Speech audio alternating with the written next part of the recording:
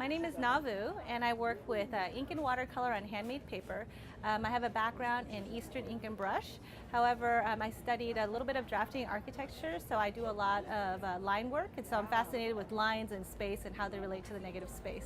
So the paper making process is very messy, and that in itself, you need to let the fibers kind of separate in a slurry. So you put it in like a higher powered blender, and then it separates and grinds up all the large chunks.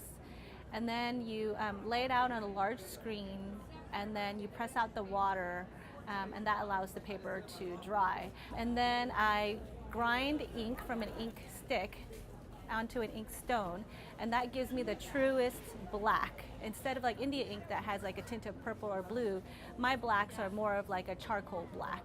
And so I use a brush that has rabbit hair in the core and wolf hair on the outside to give it a little bit of resilience and springiness. So I can do sharp, fine lines as well as textured lines with the same brush. So I usually use just mostly one brush for most of my paintings.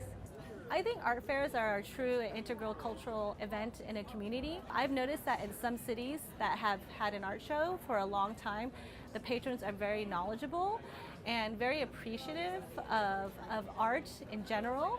And I think that that is such an important institution in a community, especially when there's a lot of art programs that are being cut out in schools. This seems to be one of the few access that average people have to art. So I think that art shows are just such an important institution in any city, and we always try to support it in any way what we can so ever.